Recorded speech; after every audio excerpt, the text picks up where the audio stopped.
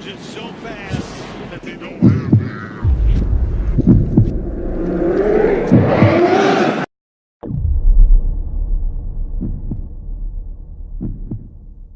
In the modern NFL, you need speed on the defensive side of the ball because you can't even hit, let alone touch the opposing offensive players, that you might as well be able to keep up with their feet. Now, when it comes to my personal beliefs on speed, I think when you look at an individual athlete, it doesn't determine how great they are. For the most part, I really think that it's an overrated athleticism. I really feel as if an athleticism that's far more important is coordination when it comes to football, basketball, baseball, you name it. But overall, though, when it comes to the defensive side of the football in the NFL, you need to have fast guys on the defensive side of the ball. You can still be a great player individually on the defensive side of the ball that's slow, but you need players that are quality players first things, but they also need to be fast on there. Sure, you can have some slow people there, but you have to be making up with the speed. And when it comes to it and all, when I talk about speed, it's going to be by position and whatnot. Because obviously, running a 4.5 for a cornerback is pretty average versus running 4.5 for a defensive end is really good, especially if you're like 260 pounds. So when it comes to it, you got to have great players on the speed. So you can't sugarcoat it and have like a bunch of like speed guys on the defense that suck. No, you still need good guys in the defense to have that speed. If you look at the Seattle Seahawks, Earl Thomas probably the best center fielder in the game.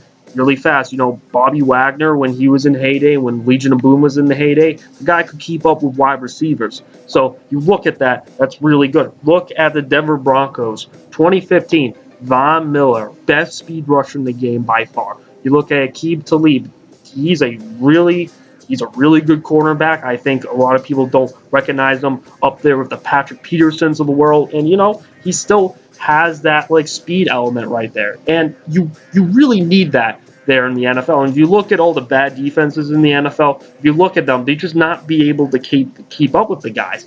And for the most part, I just look at it and think that the NFL, I'm not sure if the NFL has fully come up with this idea. Maybe they're still looking, drafting some players that were fast, high first round picks that didn't work out. But this is something that needs to be addressed that if you need to have that greatness. Look at the Jacksonville Jaguars.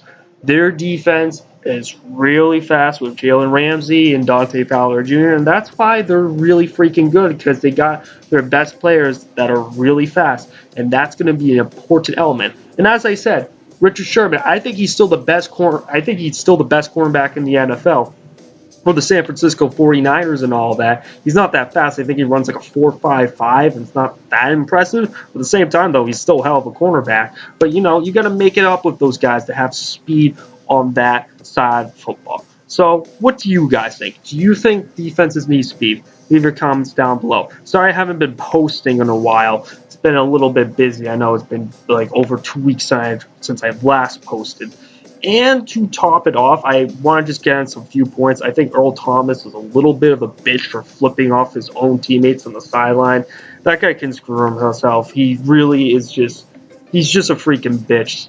He wants to go to the Cowboys. Again, there's nothing wrong with going to the Cowboys. The fact that they didn't trade for you and all that, because they know you're going to re-sign with them. So, of course, they're not going to give up draft picks just to bring them over here. Like, I mean, they can wait one more year to tolerate that and all that. And, you know, when I look at Patrick Mahomes, you know, September, he's been really freaking good. However, though, I think it's going to go downhill from here for him. Not saying he's going to bust out, but it's going to be one of those things where it's like, well, he's not going to be on the same level as he was in September. He might be the NFL MVP this year. Who knows? I also might make an overrated video on him. Who knows? That's something I want to talk about. Also, the Rams have been looking quite good and all that. I definitely think the Rams are going to be really good for this season and the next season. But I definitely feel as if in the 2020 season, though, I really want to see how that goes because they're not going to have the same defensive personnel. You're going to have Todd Gurley. He has an injury history.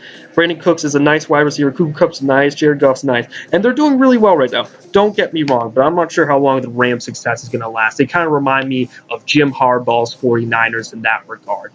But overall, guys, talk to you guys later. See ya.